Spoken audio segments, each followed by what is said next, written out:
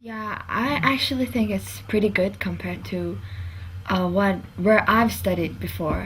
I'm coming from Iran. It's really open here. Um, I really feel more free in the classes. The teacher don't really push me to do anything, and yeah, they don't force you. They don't have, I think, enough power to do things. Everyone, they're so nice to the students. They're not acting like they're higher or everything. They're like your friends. Yeah, there are like there is a respect between the teacher and the student, but it's not being afraid. The students are not afraid of the teachers. My teachers were telling me what to do, not only me, everyone. We had specific books, we had to memorize them. It was theory most of the time, and there wasn't any individual work that oh you go and do this assignment. There wasn't any time for that. We had to just memorize the books and just keep the knowledge in our head. But here they we read a text and we have to analyze it for ourselves. And in the beginning, it was really hard for me to um, do these essays and projects because I before I never had that freedom, and now I had it all, but I couldn't use it at all because no one actually told me what to do, and I expected people to tell me how to do the project, but it was all depends on me. It goes the same with education level. Uh, I've studied mathematics in my country in here. It was too high over there, and it's the level is like the middle school. The high school here is the middle school in my country. Chez vous, on appelle le professeur vous, n'est-ce pas? Oui, et monsieur, Et madame. monsieur, madame, truc machin. Ici, mes élèves m'appellent Eva, et c'est donc mon prénom. Mes élèves me posent des questions sur alors Eva, le mariage, comment ça avance? Et mes élèves me posent des questions alors ta fille, elle va bien? Qu'est-ce que tu fais? Oh, t'as une belle robe. Oh, qu'est-ce que tu as fait avec tes cheveux? Donc, ils me posent des questions comme ça. Tandis qu'en France, j'ai l'impression qu'on ne parle pas trop avec le professeur. Nous, on est personnel avec les élèves et les élèves sont aussi très personnels avec nous. C'est-à-dire, moi, je sais quels ont les problèmes que mes élèves ont dans la vie aussi. Mais parfois, peut-être ça devient trop parce qu'on est professeur, mais ensuite on est un petit peu psychologue, un petit peu police, un petit peu père ou mère, tu sais. Donc on a beaucoup de rôles différents. Je crois en France, on est plus le professeur qui entre, qui fait le cours, et ensuite on ferme les portes et hop, on n'est plus là en fait. If you interview students, they would say that we have tests then and we have to do that, and so I think they feel a lot of pressure. Bah, moi je pense ouais, moi, je pense qu'il y a une grosse pression quand même sur les élèves hein, dans l'ensemble, que ce soit la pression de la réussite scolaire, la pression bah, que font les professeurs aussi dessus, quoi, ça c'est certain, la pression d'avoir le bac à la fin de l'année pour pouvoir sortir et pour pouvoir faire des études, pour pouvoir rentrer dans la société, pouvoir travailler. Enfin, pour moi, la pression, moi, elle est donnée. Moi, ce qui me choque le plus au niveau des lycées, français, c'est au niveau du taux horaire. Voilà. Pour moi, la pression la plus importante, elle est là-dessus. Parce que alors, ils peuvent avoir la pression, c'est normal aussi d'avoir la pression pour un job, pour travailler, tout le monde a la pression, quel qu'il soit. On peut pas, voilà. Mais c'est vrai que ça, additionné à des heures de cours qui, pour moi, dépassent totalement. C'est de 8h jusqu'à 6h non-stop, et puis changement de cours toutes les heures de matière, on demande d'être concentré encore de 5 à 6. Quand tu vois qu'il y en a qui ont mathématiques de 5 à 6 et que toute la journée ils ont travaillé, juste avant ils ont eu sport. Tu vois, c'est ça additionné à la pression de la famille, additionné à la pression par rapport aux absents, enfin par rapport à tout ce qui se passe autour du lycée. C'est vrai que oui, ça peut entraîner des difficultés sur des élèves qui sont déjà fragiles. In a social way, because school is not only academic, it's a social thing. And so the problem is when you're very open to the children, like we're supposed to be, is that the children can start to think that they know what they have to learn and when and where. And they actually can say, no, I don't want to learn it. And we're forced to help them, to try to figure out why they're saying no, and to do a funny little dance around them so that they can start getting interested in it again. And maybe they are too free because sometimes some of them aren't ready for it. It's some of them are just playing in school. They don't see that this will lead to something else. Disons qu'il y a de la discipline dans le cours parce que, mais bon, moi j'estime que s'ils voient qu'ils ont compris que je faisais mon métier et que s'il n'y a pas d'écoute par exemple, eh ben, je ne peux pas faire mon métier tout simplement. Hein, et que eux, en tant qu'élèves, s'ils veulent apprendre quelque chose, si on est 35 à discuter, c'est impossible, quoi. Le rapport avec les élèves est un assez bon rapport. Même si le métier, malgré tout, on peut le ressentir au jour le jour comme un métier difficile. Parce que nous avons en charge de jeunes ados. Et c'est un âge où on est à la fois avec beaucoup de capacité d'apprendre, mais où on n'a pas toujours envie de le faire. On n'a pas toujours dans le rythme de la vie scolaire qui est quand même très contraignant, puisque du matin jusqu'au soir, on est assis à devoir se concentrer. C'est un exercice très difficile en réalité. Et donc je pense que beaucoup de jeunes ont du mal à se plier à cette discipline et s'évadent de toutes sortes de façons. Parfois pénible pour le professeur. Vraiment là, c'est le genre de truc où je me dis justement c'est des élèves peut-être malheureux, mais on n'est pas là pour les soigner et pour les envoyer là où ils devraient être. Et donc on ne peut pas accepter leur comportement. Ce genre seulement des jeunes qui ne savent pas où aller. Beaucoup plus en lycée qu'en collège. Je pense que la crise d'adolescence, elle est vraiment seconde, première, très fortement ancrée. Moi j'ai été assez surpris justement des difficultés qu'ont rencontré beaucoup d'élèves. Mais ce sont des difficultés en plus qui sont cachées, donc on ne les voit pas spécialement, quoi. Il y a quand même un certain malaise. Enfin, moi je ressens un certain malaise de... Bon, c'est de l'ordre sur l'ensemble de l'établissement, c'est peut-être de l'ordre de 5%, 5-10% même pas, quoi. Mais il est quand même assez... il y a des cas assez particuliers, ouais. Nous sommes très attachés au suivi, on va dire, psychologique des élèves redoublants. Nous avons pensé depuis longtemps que c'est pas parce qu'on remettait une couche supplémentaire de mathématiques ou une couche supplémentaire de français qu'on allait réussir à s'enlever de la spirale de l'échec. À un moment donné, il faut un déclic. À un moment donné, il faut que l'élève ait envie de faire quelque chose. À un moment donné, il faut lui montrer qu'il est bon, parce qu'il s'estime peut-être mauvais, il a une mauvaise image de lui-même. Et là, nous intervenons. C'est effectivement, il n'y a de pédagogie que l'activité. On ne peut pas faire saisir à un jeune le contenu de savoir s'il n'y a pas un sens. Et le sens, il est donné par l'action. Some students are very good at reading, some at listening, and some at doing things for learning. And I think that the optimum would be that the teachers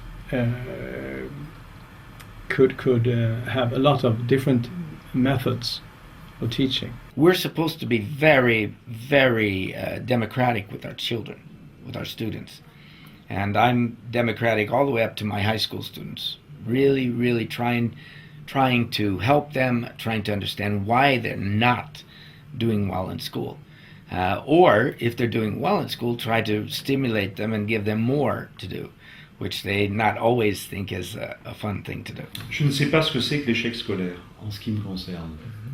Il y a échec pour moi quand un élève qui a atteint 16, 17, 18, 20 ans se suicide, passe dans des pratiques de je ne m'alimente plus, je touche la drogue, je fais des excès de vitesse. On est encore dans une société où on considère que moins bonne note c'est un échec. Pour moi c'est pas ça l'échec. L'échec il est au-delà. Ce qui veut dire que quand je dis il y a 40 ou 45 ou 50 élèves problématiques, c'est problématique en termes de comportement. Ils ne sont pas nécessairement, eux, en échec scolaire. il y a une certaine proportion d'élèves qui ne réussissent pas aussi bien que l'on voudrait. Mais si je prends ce que je connais depuis 9 ans dans ce lycée, le niveau le plus sensible, qui est le niveau de seconde, sur 400 élèves de seconde, on en a 40 qui ne passent pas en première. Ça fait jamais que 10%. Et l'année suivante, sur ces 40, ils vont passer à peu près à 30 ou 32 en première. Si on me dit, monsieur, vous m'avez permis, après 1 an de seconde ou 2 ans de seconde, de comprendre ou de faire comprendre à mes parents que je ne suis pas fait pour des études abstraites, et que ce que j'ai toujours aimé, travailler le bois ou travailler le fer, j'ai envie d'aller l'apprendre, et je rentre chez les compagnons du devoir, par exemple, pour moi, ça, c'est pas un échec scolaire.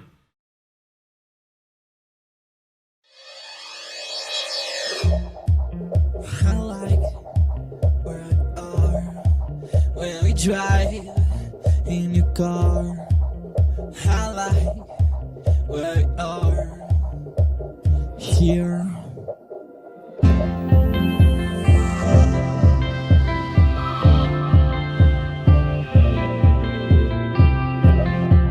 Cause how lips can touch, cause how cheeks can brush, how lips can touch. When you are the one I like, close to me, was not the one I miss you for terribly.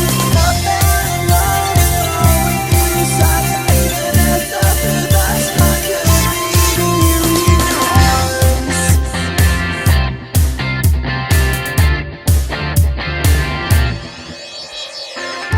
Last night, I had a dream about you. In this dream, the love will never shine through. And it looks like everyone was having fun. The kind of dream I've waited so long for. Don't stop, wanna leave very straight. As we jam, never that stronger. And I've been wrong, like everyone thought. We will dance it all night long. Told you I'm the one you like. Listen to me and whisper the wall. I miss you quite terribly. Up and in love, with you silently. And as the best I could be to you in your arms.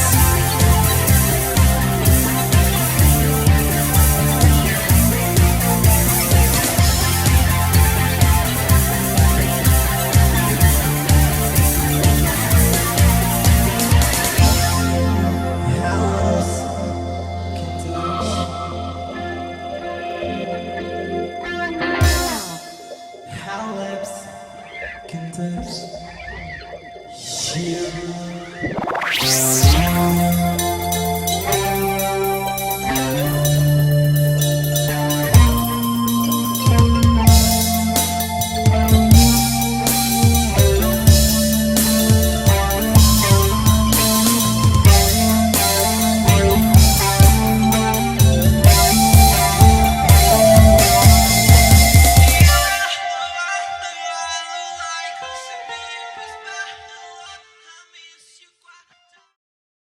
L'ado est au milieu il y a la famille d'un côté, il y a l'institution scolaire, hein. Il y a les profs, et lui il est au milieu de tout ça. Et si on n'a pas d'interrelation les uns les autres, je crois que ce système ne serait pas bon. La vie scolaire nous aide effectivement à savoir ce qui peut se passer dans l'existence de l'élève indépendamment de son temps scolaire, indépendamment de l'espace du lycée. Mais sinon, oui, dans la stratégie, elle est plutôt opérée pendant l'heure de cours ou les 2 heures de cours que je dispense devant eux qu'en dehors du lycée. Cela étant, les remédiations à l'intérieur même du lycée sont quand même nombreuses.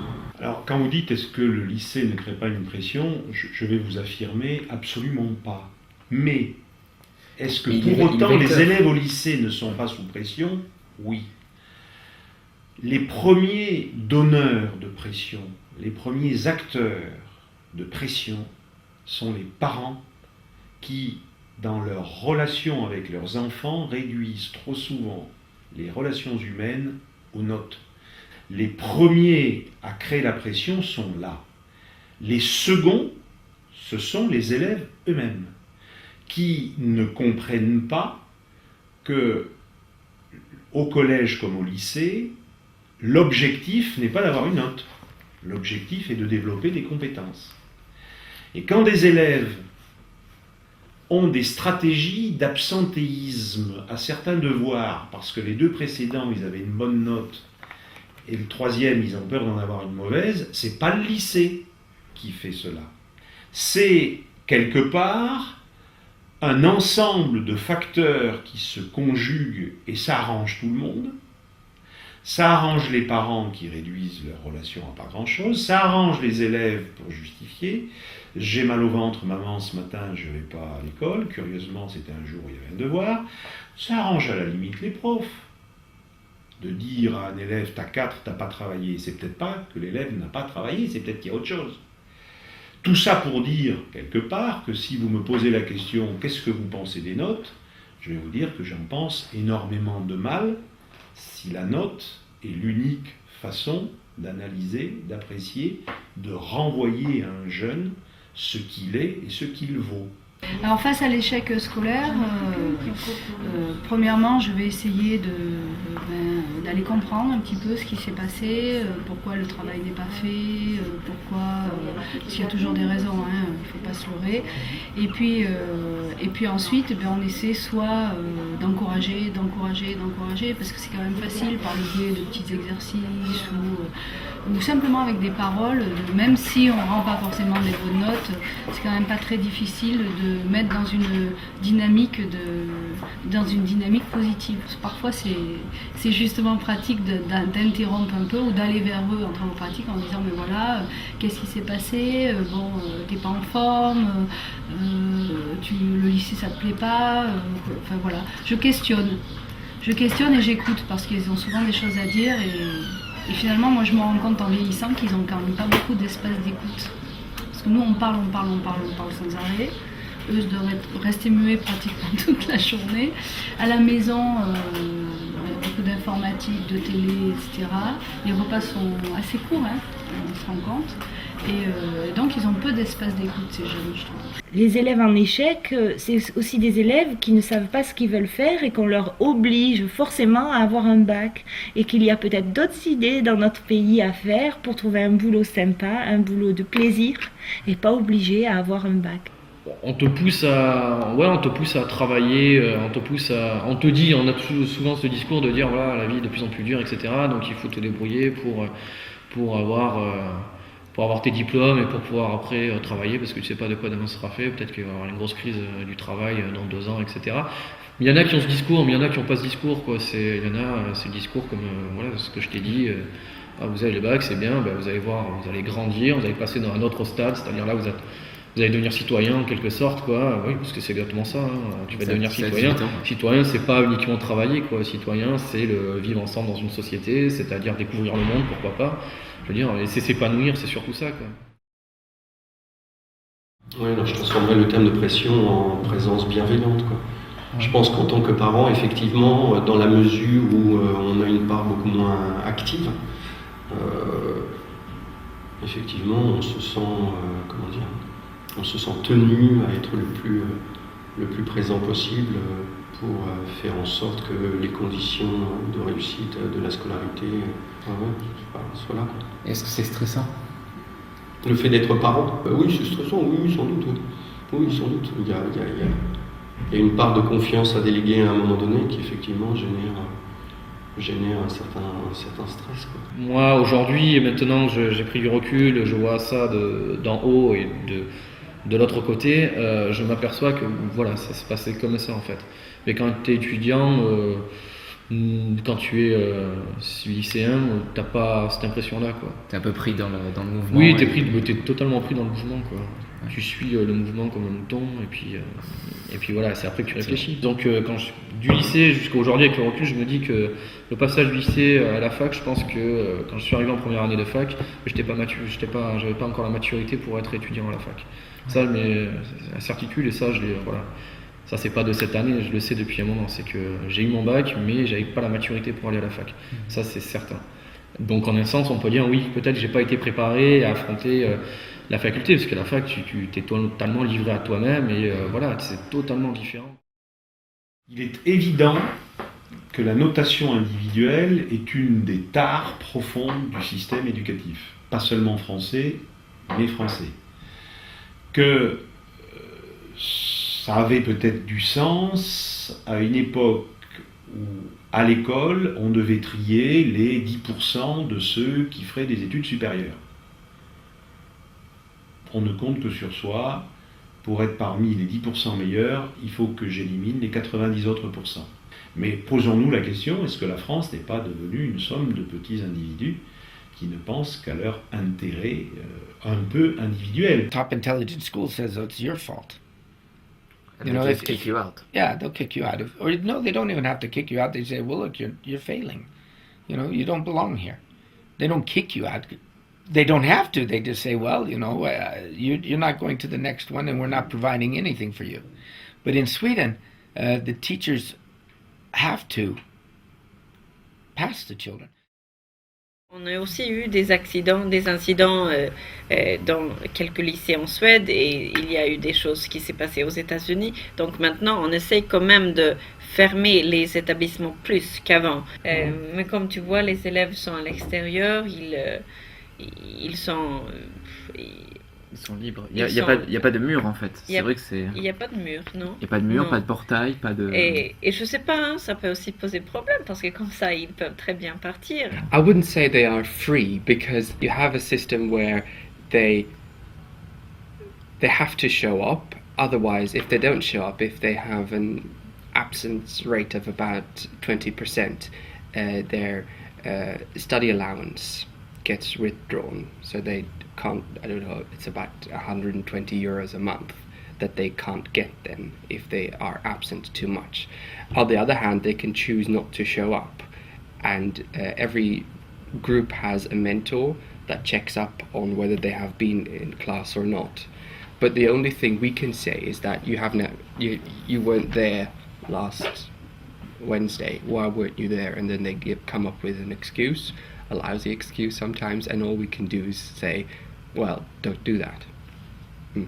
In Sweden, it's like that if there's some problem, you must solve that in a friendly way. I think it's immigrant organizations and politics and school system, you know, because we are very, very orientated to help people. And I think that immigrants, we need immigrants, and we don't want to have them on the streets and destroy all the things. So I think it comes from all the society. Yeah, it's the teacher's fault if the student fails, but it's really not. It's a paradox. It's a very wonderful humanitarian idea, which doesn't fit. Well, it's the teacher's responsibility to see to it that the student doesn't fail, but sometimes there are circumstances in which the teacher can't do anything. So there's a responsibility. They have their responsibility as well. Teachers get very bad stomachs. It's not easy to go up and to know that the teachers can say that the reason they're failing, it's your fault. But that is not true. A student is more complex. If it's kind of downgrading a student. The complexity of the learning situation is so intense that it cannot be that the teacher is good. That helps. Or that the student is brilliant. That helps. It has to be the combination of the teacher being there and looking at them and understanding that today is an important step in their learning process. Then it has to be the student has to realize that today may be the reason that in 40, 50 years they're going to have a nice vocation, they're going to have a nice life. We try to lift everyone. Yeah, yes. Because if you fail in school, you come out in the real life, but any place to work on if you haven't done your gymnasium, so it's hard to get to work. And I mean, for 20, 25 years ago, then it was no problem. Then you could stop after 9 years and find a work. And, well, maybe not a good work, but you could earn your money and make a living. But I would say it's impossible today. So we have to try to lift everyone. And so, for instance, I remember I heard one Japanese, they had bought a small factory here in Sweden, and they were so impressed because when the machine went wrong,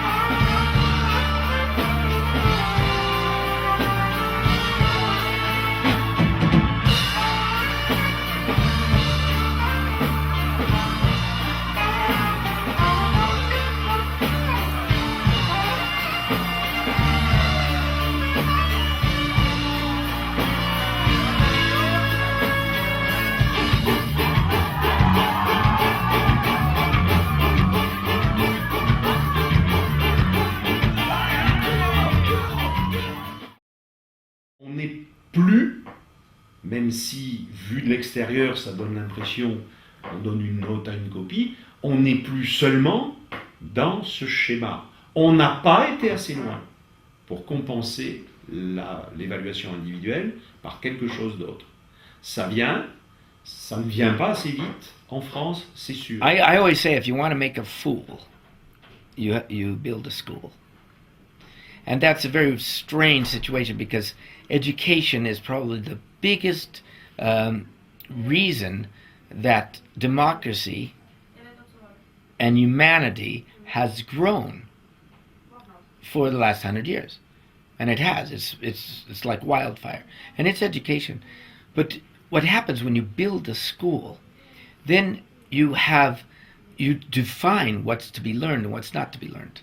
The real thing is to learn socially, a social academic, or what I call social intelligence, where you're intelligent in a group. And so that the students have to learn to work together and to teach and learn from each other, which is a good situation. That's good. On arrive à plus de 50% qui se déroulent dans des plus petits groupes. Pour autant, est-ce qu'on en fait des lieux dans lesquels on optimise ce que vous dites, ce que vous pointez du doigt comme une nécessité, entraîner les jeunes à prendre la parole, entraîner les jeunes à travailler en groupe? Je ne suis pas convaincu.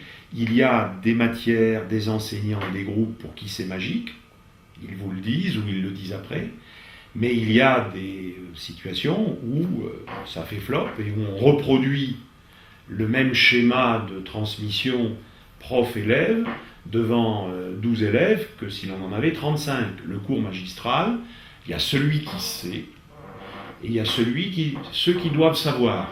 Ce type de relation, évidemment, elle n'a aucun sens. In Sweden, the government tells you what the pupils should know about this and that. And then you have a book. But most of the times the books are very old, or at that time anyway, old books. And you had no videos and things like that. So what we did, we were looking at the newspapers, we saw television programs, we went out to make interviews, and then you had religion and why. In front of the children? Yes, and they had to put questions to us, and it was good.